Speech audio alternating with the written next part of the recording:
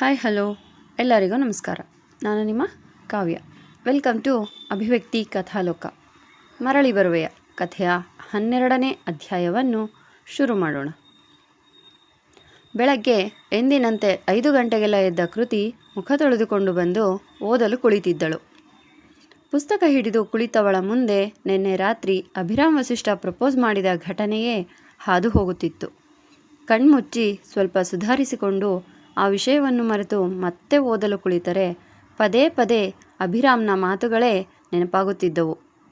Idiot, ನನ್ನ ಜೀವನನ ಹಾಳು ಮಾಡೋಕ್ಕೆ ಬಂದಿದ್ದಾನೆ ಅನಿಸುತ್ತೆ. ಅವನ ಪ್ಲ್ಯಾನ್ ಎಲ್ಲ ನನಗೆ ಗೊತ್ತಿಲ್ಲ ಅಂದ್ಕೊಂಡಿದ್ದಾನೆ. ಈ ಹುಡುಗರ ಬಗ್ಗೆ ನಂಗೆ ಗೊತ್ತಿಲ್ವಾ? ನಾನು ಅವನ ಕೆನ್ನೆ ಹೊಡೆದೆ ಅಂತ ದ್ವೇಷ ಇಟ್ಕೊಂಡು ಪ್ರೀತಿ ಅಂತ ನಾಟಕ ಮಾಡ್ತಿದ್ದಾನೆ. ಕೊನೆಗೊಂದಿನ ನನ್ನನ್ನು ಪ್ರೀತಿಯಲ್ಲಿ ಬೀಳಿಸ್ಕೊಂಡು ನನಗೆ ಮೋಸ ಮಾಡುವ ಪ್ಲ್ಯಾನ್ ಅವನದ್ದು. ಆದರೆ ಈ ಕೃತಿ ಸುಲಭವಾಗಿ ಅವನ ಮೋಸದ ಜಾಲಕ್ಕೆ ಬೀಳುವವಳಲ್ಲ. ನನಗೆ ನನ್ನದೇ ಆದ ಗುರಿ ಇದೆ ಎಂದು ಹೇಳಿಕೊಂಡವಳು ಹೊರಗೆ ಸ್ವಲ್ಪ ಓಡಾಡಿದರೆ ಸರಿ ಹೋಗುತ್ತೆ ಅಂತ ಅಂದುಕೊಂಡು ಮಲಗಿದ್ದ ಪ್ರಿಯಾ ಕಡೆ ನೋಡಿ ರೂಮಿನಿಂದ ಹೊರಬಂದಳು. ಸ್ವಲ್ಪ ಹೊತ್ತು ಹಾಸ್ಟೆಲ್ ಹೊರಗಿರುವ ಪಾರ್ಕ್ನಲ್ಲಿ ಓಡಾಡೋಣ. ಇತ್ತೀಚೆಗೆ ಬೆಳಗಿನ ಸಮಯದಲ್ಲಿ ಓಡಾಡಿಯೇ ಇಲ್ಲ. ಯಾವಾಗಲೂ ಸಂಜೆ ಹೊತ್ತು ವಾಕ್ ಮಾಡ್ತಿದ್ದೀನಿ ಅಷ್ಟೆ ಎಂದುಕೊಂಡವಳು ಎಂಟ್ರೆನ್ಸ್ನಲ್ಲಿ ಕುಳಿತಿದ್ದ ವಾಚ್ಮ್ಯಾನ್ಗೆ ತನ್ನ ID ತೋರಿಸಿ ಹಾಸ್ಟೆಲ್ಲಿಂದ ಹೊರಬಂದು ಪಾರ್ಕಿನ ಒಳಗೆ ಹೋದಳು. ಬೆಂಗಳೂರಿನ ಹೊರವಲಯದಲ್ಲಿದ್ದ ಕಾಲೇಜು ಆದ ಕಾರಣ ಮರಗಿಡಗಳು ದಷ್ಟಪುಷ್ಟವಾಗಿ ಹೆಮ್ಮರವಾಗಿ ಬೆಳೆದಿದ್ದವು. ಅದರಿಂದ ಬೀಸಿ ಬರುತ್ತಿದ್ದ ಗಾಳಿ ಮನಸ್ಸಿಗೆ ಮುದ ನೀಡುತ್ತಿತ್ತು. ಬೆಳಗ್ಗೆಯಿಂದ ಕಾಡುತ್ತಿದ್ದ ಅಭಿರಾಮ್ನ ಆ ಕ್ಷಣಕ್ಕೆ ಅವಳ ತಲೆಯಿಂದ ಮರೆಯಾಗಿದ್ದ. ತಣ್ಣಗಿನ ಗಾಳಿಗೆ ಮೈಯೊಡ್ಡಿ ಕುಳಿತವಳಿಗೆ ಜೋರಾಗಿ ಹಾರನ್ ಶಬ್ದ ಕೇಳಿಸಿದ ತಕ್ಷಣ ಬೆಚ್ಚಿ ಕಣ್ಬಿಟ್ಟಳು. ಹಾಯ್ ಸೋಡಾ, ಗುಡ್ ಮಾರ್ನಿಂಗ್ ಎಂದು ಬೈಕ್ನಿಂದ ಇಳಿದು ಇವಳತ್ತಲೇ ಬರುತ್ತಿದ್ದ ಅಭಿರಾಮ್ ವಸಿಷ್ಠ ಕಾಣಿಸಿದನು. ಯು ಈಡಿಯಟ್, ಇಲ್ಲೇನು ಮಾಡ್ತಾ ಇದೀಯ ನೀನು? ಹುಡುಗಿಯರ ಹಾಸ್ಟೆಲ್ಗೆ ಸೇರಿರೋ ಪಾರ್ಕ್ ಇದು. ಕಾಲೇಜ್ ನಿಂದು ಅಂತ ಬೇಕಾ ಬಿಟ್ಟು ಓಡಾಡ್ತಿದೀಯಾ? ಹೋಗೋ ಇಲ್ಲಿಂದ, ಇಲ್ಲ ಅಂದರೆ ವಾಚ್ಮ್ಯಾನ್ ಕರೀತೀನಿ ಎಂದು ಕೋಪದಲ್ಲಿ ಹೇಳಿದಳು. ನೀನೇ ಹೇಳ್ತಿದ್ದೀಯಲ್ಲ, ಇಡೀ ಕಾಲೇಜೇ ನಂದು ಅಂತ ಅಂದಮೇಲೆ ನಾನು ಎಲ್ಲಾದರೂ ಓಡಾಡಬಹುದು. ಯಾವ ವಾಚ್ಮ್ಯಾನ್ ಕರೆಸಿದ್ರೂ ಅಷ್ಟೇ, ಪ್ರಿನ್ಸಿಪಲ್ ಕರೆಸಿದ್ರೂ ಅಷ್ಟೇ. ಇಡೀ ಕಾಲೇಜ್ ನನ್ನ ಹೆಸರಲ್ಲಿರೋದು. ಸೊ ಯಾರು ಕೂಡ ನನ್ನ ಎದುರಿಗೆ ಬಂದು ಇಲ್ಲಿ ಹೋಗಬೇಡ ಅಲ್ಲಿ ಹೋಗಬೇಡ ಎಂದು ಹೇಳೋಕ್ಕೆ ಸಾಧ್ಯನೇ ಇಲ್ಲ ಎಂದು ಗತ್ತಿನಲ್ಲಿ ಹೇಳಿದನು. ಇದೇ ಬೇಡ ಅನ್ನೋದು. ಈ ನಿನ್ನ ಅಹಂಕಾರದ ಮಾತುಗಳು ನನ್ನ ಮುಂದೆ ಬೇಡ. ಇದೆಲ್ಲ ನನಗೆ ಇಷ್ಟ ಆಗಲ್ಲ.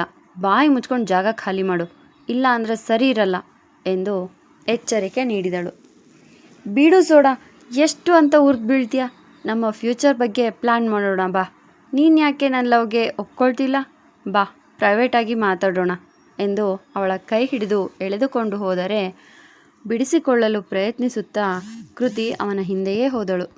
ಏ ಲೋಫರ್, ಕೈ ಬಿಡೋ ಎಂದು ಕಿರ್ಚಿಕೊಳ್ಳುತ್ತಿದ್ದ ಕೃತಿ ಅಭಿರಾಮ್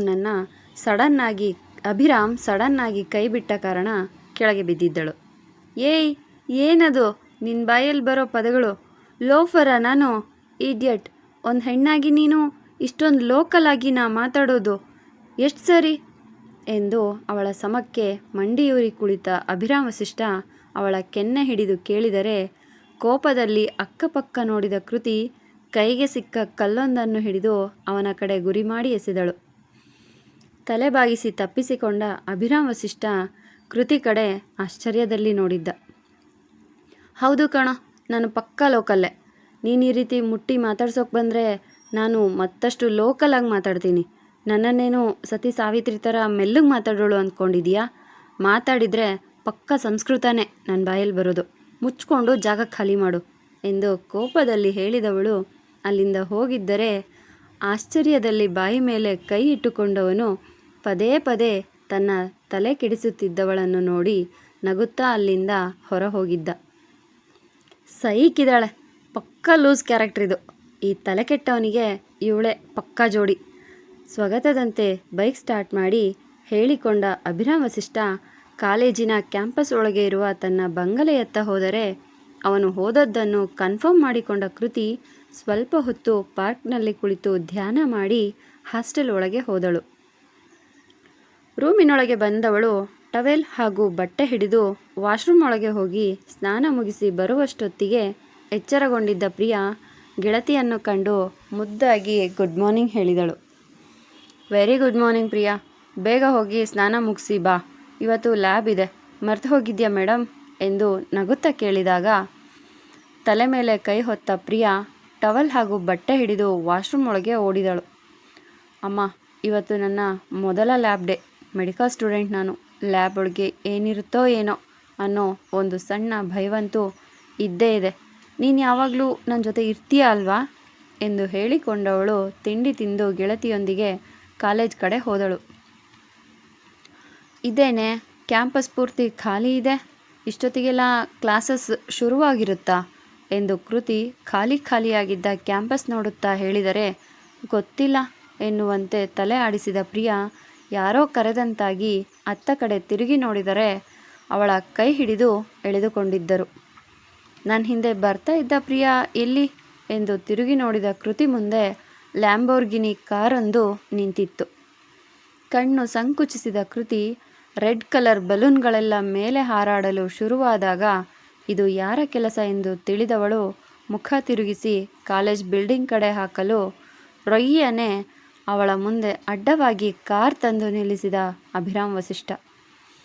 ಲವರ್ ಬಾಯ್ ಥರ ಟಿಪ್ ಟಾಪ್ ಆಗಿ ರೆಡಿಯಾಗಿದ್ದನು. ಗುಲಾಬಿ ಹೂಗಳಿಂದ ಬೊಕ್ಕೆ ಹಿಡಿದು ಮತ್ತೊಂದು ಕೈಯಲ್ಲಿ ದೊಡ್ಡ ಡೈರಿ ಮಿಲ್ಕ್ ಚಾಕ್ಲೇಟ್ ಬಾಕ್ಸ್ ಹಿಡಿದು ಕಾರಿನಿಂದ ಇಳಿದು ಅವಳತ್ತ ಹೆಜ್ಜೆ ಹಾಕಿದ. ಶುರುವಾಯಿತು ಇವನದ್ದು ಎಂದು ಗೊಣಗಿಕೊಂಡ ಕೃತಿ ಈಗ ನಡೆಯುವ ಡ್ರಾಮಾ ನೋಡಲು ಕೈಕಟ್ಟಿ ನಿಂತರೆ ಮರೆಯಲ್ಲಿದ್ದ ಸ್ಟೂಡೆಂಟ್ಗಳೆಲ್ಲ ಕೈಯಲ್ಲಿ ಕೆಂಪು ಬಣ್ಣದ ಬಲೂನ್ ಹಿಡಿದು ಕೃತಿ ಸುತ್ತ ನಿಂತರು. ವಾವ್, ಎಂಥ ಸೀನ್! ನಾವು ಹಾಲಿವುಡ್ ಸಿನಿಮಾ ಮತ್ತು ಸೀರಿಯಲ್ಗಳಲ್ಲಿ ನೋಡುವಂತಹ ಸೀನ್ಗಳು ಎಂದು ಮೂಲೆಯಲ್ಲಿ ನಿಂತು ಹೇಳಿಕೊಂಡ ಪ್ರಿಯಾ ಗೆಳತಿಯ ಅದೃಷ್ಟಕ್ಕೆ ಖುಷಿಪಟ್ಟಿದ್ದಳು. ಇಂಡೈರೆಕ್ಟಾಗಿ ನಿನ್ನೆ ಎಲ್ಲರ ಮುಂದೆ ಪ್ರಪೋಸ್ ಮಾಡಿದೆ, ಬಟ್ ಅದು ನಿಂಗೆ ತಿಳಿಲಿಲ್ಲ, ಹಾಗಂತ ಸುಮ್ಮನೆ ಆಗೋನಲ್ಲ ಈ ಅಭಿರಾಮ್ ವಸಿಷ್ಠ. ತನ್ನದೇ ಸ್ಟೈಲ್ನಲ್ಲಿ, ತನ್ನದೇ ಮ್ಯಾನೇರಿಸಮ್ನಲ್ಲಿ ಎಲ್ಲರ ಮುಂದೆ ಇವತ್ತು ಪ್ರಪೋಸ್ ಮಾಡ್ತಿದ್ದೀನಿ ಕೃತಿ. ಇಡೀ ಕಾಲೇಜ್ಗೆ ಮಾತ್ರ ಕೇಳುವಂತಲ್ಲ, ಇಡೀ ಜಗತ್ತಿಗೆ ಕೇಳುವಂತೆ ನಾನು ನಿಂಗೆ ಪ್ರಪೋಸ್ ಮಾಡ್ತಿದ್ದೀನಿ. ಐ ಲವ್ ಯು ಕೃತಿ ಎಂದು ಅವಳ ಮುಂದೆ ಮಂಡಿಯೂರಿ ಕುಳಿತು ಬೊಕ್ಕೆ ಹಿಡಿದು ಹೇಳಿದರೆ ಅವನು ಕೊಟ್ಟ ಬೊಕ್ಕೆಯನ್ನು ಅವನಿಗೆ ಹಿಂತಿರುಗಿಸಿ ಕೊಟ್ಟ ಕೃತಿ ಮೌನವಾಗಿ ಯಾವುದೇ ಸೀನ್ ಕ್ರಿಯೇಟ್ ಮಾಡದೆ ಅಲ್ಲಿಂದ ಜಾಗ ಖಾಲಿ ಮಾಡಿದ್ದಳು. ಓ ಮೈ ಗಾಡ್, ಇವಳಿಗೆಷ್ಟು ಸೊಕ್ಕು! ನಮ್ಮ ಕಾಲೇಜಿನ ಹ್ಯಾಂಡ್ಸಮ್ ಬಾಯ್ಗೆ ನೋ ಅಂತ ಹೇಳಿದಾಳೆ. ನಿಜವಾಗ್ಲೂ ದಡ್ಡಿನೇ, ಬುದ್ಧಿನೇ ಇಲ್ಲ ಅವಳಿಗೆ. ಅಭಿರಾಮ್ ವಸಿಷ್ಠ ಯಾರು? ಬೆಂಗಳೂರಿನ ಟಾಪ್ ಮೋಸ್ಟ್ ರಿಚೆಸ್ಟ್ ಮ್ಯಾನ್ ಆದ ಮಹಾದೇವ್ ವಸಿಷ್ಠ ಅವರ ಮೊಮ್ಮಗ, ಅನಂತ್ ಅವರ ಮಗ, ರಿಚ್ ಕಿಡ್. ಅವನ ಲವ್ ಒಪ್ಪಿಕೊಂಡ್ರೆ ಎಂತಹ ಲೈಫ್ ಸಿಗುತ್ತೆ. ನೋಡಿದರೆ ಈ ಜೂನಿಯರ್ ಹುಡುಗಿ ದಡ್ಡಿ ಥರ ಬಿಹೇವ್ ಮಾಡ್ತಿದ್ದಾಳೆ. ಯಾರಾದರೂ ಇಂಥ ಹ್ಯಾಂಡ್ಸಮ್ ಡ್ಯಾಶಿಂಗ್ ಹಾಟ್ ಹುಡುಗನಿಗೆ ಇಲ್ಲ ಅಂತಾರ ಎಂದು ಸುತ್ತಲೂ ಇದ್ದ ಹುಡುಗಿಯರೆಲ್ಲ ಮಾತಾಡಿಕೊಳ್ಳುತ್ತಿದ್ದರೆ ತನಗೆ ನೋ ಎಂದು ಹೇಳಿ ಹೋದವಳನ್ನು ಕೋಪದಲ್ಲಿ ದಿಟ್ಟಿಸಿ ನೋಡಿದ ಅಭಿರಾಮ್ ವಸಿಷ್ಠ ಅವಳ ಹಿಂದೆಯೇ ಹೋದನು. ನಿಂತ್ಕೋ ಕೃತಿ, ಎಲ್ಲರ ಮುಂದೆ ನನ್ನ ಪ್ರೀತಿಗೆ ಯಾಕೆ ನೋ ಅಂತ ಹೇಳಿದೆ? ನನಗೇನು ಕಮ್ಮಿ ಆಗಿದೆ? ಯಾಕೆ ನನ್ನ ಲವ್ನ ನೀನು ಒಪ್ಕೊಳ್ತಿಲ್ಲ? ನಾನು ನಿಜವಾಗ್ಲೂ ನಿನ್ನನ್ನು ಪ್ರೀತಿ ಮಾಡ್ತಿದ್ದೀನಿ. ನನ್ನ ಪ್ರೀತಿಲಿ ಯಾವುದೇ ಸುಳ್ಳಿಲ್ಲ. ಯಾಕೆ ನನ್ನ ರಿಜೆಕ್ಟ್ ಮಾಡ್ತಿದ್ಯಾ? ಉತ್ತರ ಹೇಳು ಎಂದು ಕೋಪದಲ್ಲಿ ಅವಳ ಕೈ ಹಿಡಿದು ಪ್ರಶ್ನಿಸಿದನು. ಏನೂ ಕಮ್ಮಿ ಇಲ್ಲ, ಎಲ್ಲ ಹೆಚ್ಚೇ ಇದೆ. ದುರಹಂಕಾರ, ಅಹಂಕಾರ, ನಾನು, ನನ್ನದು, ಶ್ರೀಮಂತ ಎನ್ನುವ ಸೊಕ್ಕು ಎಲ್ಲನೂ ಹೆಚ್ಚಾಗಿಯೇ ಇದೆ. ಈ ಥರದ ಹುಡುಗ ನಂಗೆ ಬೇಡ. ನಿಂಗೆ ನಿಧಾನವಾಗಿ ಹೇಳ್ತೀನಿ ಕೇಳು. ನಾನು ಪ್ರೀತಿ ಮಾಡೋಕ್ಕೆ ಕಾಲೇಜಿಗೆ ಬಂದಿಲ್ಲ, ಓದೋಕ್ಕೆ ಬಂದಿರೋದು. ನನಗೆ ನನ್ನದೇ ಆದ ಕನಸುಗಳಿವೆ, ಆಸೆಗಳಿವೆ. ಅದಕ್ಕೆಲ್ಲ ದಯವಿಟ್ಟು ಅಡ್ಡ ಆಗಬೇಡ. ನೋಡು, ಸಮಾಧಾನದಿಂದ ಹೇಳ್ತಿದ್ದೀನಿ ಅಂತ ಇದನ್ನು ಅಡ್ವಾಂಟೇಜ್ ಆಗಿ ತಗೋಬೇಡ. ದಯವಿಟ್ಟು ನನ್ನಿಂದ ದೂರ ಇದ್ಬಿಡು. ನಾನು ನಿಂಗೆ ಮ್ಯಾಚ್ ಆಗೋ ಹುಡುಗಿ ಅಲ್ಲ ಎಂದು ಹೇಳಿದ ಕೃತಿ ಅಲ್ಲಿಂದ ಓಡಿದರೆ ಅಸಹಾಯಕತೆಯಲ್ಲಿ ತನ್ನ ಕಾರಿನ ಗ್ಲಾಸ್ ಹೊಡೆದು ಹಾಕಿದ ಅಭಿರಾಮ್ ವಸಿಷ್ಠ ಕಾಲೇಜಿನ ಒಳಗೆ ಹೋಗದೆ ಅವಮಾನದಿಂದ ಕುದ್ದು ಹೋಗಿ ಕಾರ್ ಸ್ಟಾರ್ಟ್ ಮಾಡಿಕೊಂಡು ಅಲ್ಲಿಂದ ಹೋಗಿಬಿಟ್ಟ. ದೂರದಲ್ಲಿ ನಿಂತು ಇದನ್ನೆಲ್ಲ ಗಮನಿಸುತ್ತಿದ್ದ ಜಯರಾಮ್ ಅವರು, ಇಂಟ್ರೆಸ್ಟಿಂಗ್ ಎಂದು ಹೇಳಿಕೊಂಡವರು ವ್ಯಂಗ್ಯ ನಗು ನಗುತ್ತಾ ಪ್ರಿನ್ಸಿಪಲ್ ಚೇಂಬರ್ ಕಡೆ ಹೋಗಿದ್ದರು. ಪ್ರಿನ್ಸಿಪಲ್ ಚೇಂಬರ್ಗೆ ಬಂದ ಜಯರಾಮ್ ಅವರು ತಮ್ಮ ಕಡೆಯ ಒಂದಿಬ್ಬರು ವಿದ್ಯಾರ್ಥಿಗಳಿಗೆ ಕಾಲೇಜಿನಲ್ಲಿ ಸೀಟ್ ಕೊಡಬೇಕೆಂದು ಆರ್ಡರ್ ಮಾಡಿದ್ದರು. ಜಯರಾಮ್ ಅನಂತ್ ವಸಿಷ್ಠ ಅವರ ಆಪ್ತ ಗೆಳೆಯನಾದ ಕಾರಣ ಇಲ್ಲವೆನ್ನಲು ಆಗದೆ ಪ್ರಿನ್ಸಿಪಲ್ ಈಗಾಗಲೇ ಅಡ್ಮಿಷನ್ ಡೇಟ್ ಎಲ್ಲ ಮುಗಿದಿದ್ರೂ ಕೂಡ ಮ್ಯಾನೇಜ್ಮೆಂಟ್ ಸೀಟ್ನಲ್ಲಿ ಜಯರಾಮ್ ಅವರು ಕೇಳಿದ ವ್ಯಕ್ತಿಗೆ ಅಡ್ಮಿಷನ್ ಮಾಡಿಕೊಟ್ಟಿದ್ದರು. ಏನ್ರಪ್ಪ, ನಿಮ್ಮ ತಂದೆ ತಾಯಿ ಕೇಳಿದಂತೆ ನಿಮ್ಮಿಬ್ಬರಿಗೆ ಇದೇ ಕಾಲೇಜ್ನಲ್ಲಿ ಅಡ್ಮಿಷನ್ ಮಾಡಿಸಿದ್ದೀನಿ. ನಾಳೆಯಿಂದ ಕಾಲೇಜಿಗೆ ಹೋಗಬೇಕು. ಹಾಸ್ಟೆಲ್ನಲ್ಲಿ ಇರ್ತೀವಿ ಅಂದರೆ ಅಲ್ಲಿ ವಾರ್ಡನ್ ಕೂಡ ನಂಗೆ ಗೊತ್ತಿರೋನು. ನನ್ನ ಹೆಸರು ಹೇಳಿ ಅಡ್ಮಿಷನ್ ಮಾಡ್ಕೋತಾರೆ. ಈಗ ಹೋಗಿ ನೀವೆಲ್ಲ ಎಂದು ಆ ಇಬ್ಬರು ಹುಡುಗರನ್ನು ಕಳುಹಿಸಿದ ಜಯರಾಮ್ ಪ್ರಿನ್ಸಿಪಲ್ ಕಡೆ ನೋಡಿದರು. ಮತ್ತೆ ಕಾಲೇಜ್ ಹೇಗಿದೆ? ಹೊಸದಾಗಿ ಏನೇನೋ ನಡೀತಿದೆ ಅನಿಸುತ್ತೆ ಎಂದು ಕೇಳಿದರು. ಕಾಲೇಜಿಗೇನು ಸರ್, ತುಂಬ ಚೆನ್ನಾಗಿದೆ. ಅನಂತ್ ವಸಿಷ್ಠ ಅವರು ತುಂಬ ಚೆನ್ನಾಗಿ ನಡೆಸ್ಕೊಂಡು ಹೋಗ್ತಿದ್ದಾರೆ. ಇನ್ನು ಹೊಸದಾಗಿ ಏನು ನಡೀತಿದೆ ನನಗಂತೂ ಏನೂ ತಿಳಿದಿಲ್ಲ ಎಂದು ಸ್ವಲ್ಪ ಹೊತ್ತಿನ ಮುಂಚೆ ನಡೆದ ಅಭಿರಾಮ್ ವಸಿಷ್ಠನ ಪ್ರಪೋಸಲ್ ಸೀನ್ ನೋಡಿದ್ದರೂ ಕೂಡ ಪ್ರಿನ್ಸಿಪಲ್ ಏನೂ ಗೊತ್ತೇ ಇಲ್ಲ ಅನ್ನುವಂತೆ ಉತ್ತರಿಸಿದ್ದರು. ಏನು ಸರ್ ನೀವು ಏನು ಹೇಳ್ತಾನೇ ಇಲ್ಲ? ನಾನು ಕಾರ್ ಪಾರ್ಕಿಂಗ್ ಮಾಡುವಾಗ ಎಲ್ಲ ನೋಡಿದ್ದೀನಿ. ನನ್ನ ಗೆಳೆಯನ ಮಗ, ಅದೇ ವಸಿಷ್ಠ ಎಂಪೈರ್ನ ಮುಂದಿನ ವಾರಸ್ದಾರ, ಒಂದು ಸಾಮಾನ್ಯ ಹುಡುಗಿಗೆ ಇಡೀ ಕಾಲೇಜ್ ಮುಂದೆ ಪ್ರಪೋಸ್ ಮಾಡ್ದ.